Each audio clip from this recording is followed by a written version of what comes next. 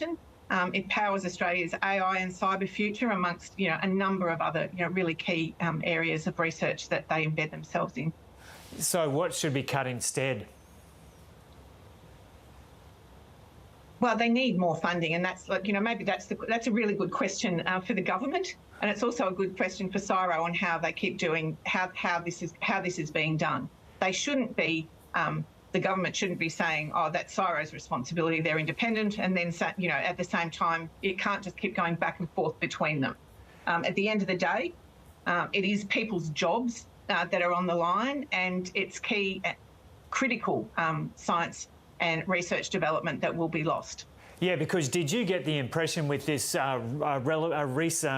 relatively new Labor government, been in one term, but after so many years of coalition government, that there was going to be a big concentration on science and research? Yes, yeah. Absolutely. And has that happened or not? I think that what has happened is it's been done at a scale and pace. These changes, the reshaping has been done at such a scale and pace. Consideration for what should stay and what should go.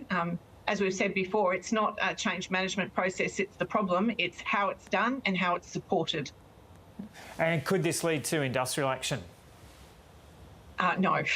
All right. We are not in a bargaining period at this point, so no. Okay, Susan Tong, thanks so much for having a chat to us. Thank you.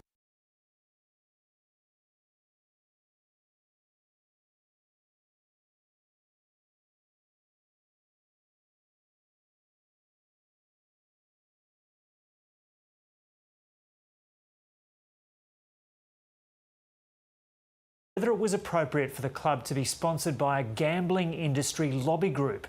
Among the corporate members of the club is Responsible Wagering Australia, a peak body for the gambling industry that represents companies like Sportsbet. Senator Pocock told Melissa Clark on the afternoon briefing program today that gambling remains a key concern for his constituents. Welcome to the Carlisle Better Than Ever event. For a limited time, get up to $50,000 in luxury inclusions and up to $25,000 in facade value. That's up to $75,000 total value. This isn't just better, it's better than ever. And I just think this highlights all the problems when it comes to something like gambling, where we have this cosy relationship between politicians, the government, and the gambling industry that is bombarding us with ads privately, and then we've seen a government not willing to act. What are the implications of having the Parliamentary Sports Club, which is a registered lobbying organisation, the club saying you can't be a member anymore, so that means you can't participate in very awkward position, and it puts all of us in awkward positions. Yeah, I got a message yesterday saying that members or the president of a lobbying organisation that takes money from a gambling company, and I've raised concerns while the major parties may take donations from gambling, about what are the implications of the gambling industry, the Parliamentary Sports Club, which is a registered lobbying organisation for the people I represent, having the Prime Minister as the President, that puts him in a very awkward position. You weren't aware that and it puts all of us in awkward positions the club until to be it came essentially to light. members so or the President of a lobbying organisation that takes money from a gambling company. And while the major parties may take donations from the gambling industry, I certainly am not. And this is an important issue for the people I represent.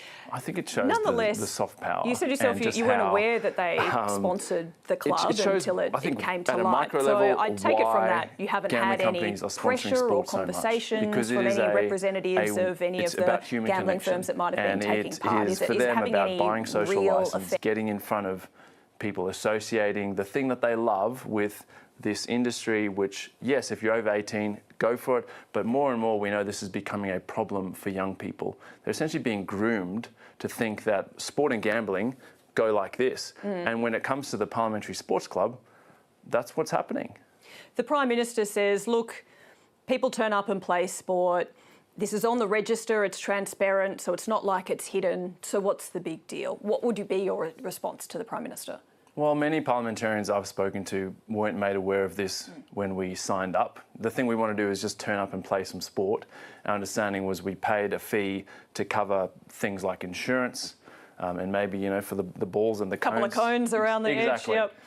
We didn't know that behind this was actually this registered lobbying organisation, and I just take exception to that. I hear every week from Canberrans who are frustrated with the lack of action on gambling. And so for the PM to brush it off as a minor issue, I actually think this highlights some of the big problems in this place when it comes to the influence of vested interests and a government putting their interests ahead of everyday Australians. David Pocock speaking there to Melissa Clark. The winner of this year's Nobel Peace Prize is being announced tonight. US President Donald Trump is thought to be one of the many nominees. It's an award he clearly wants to win.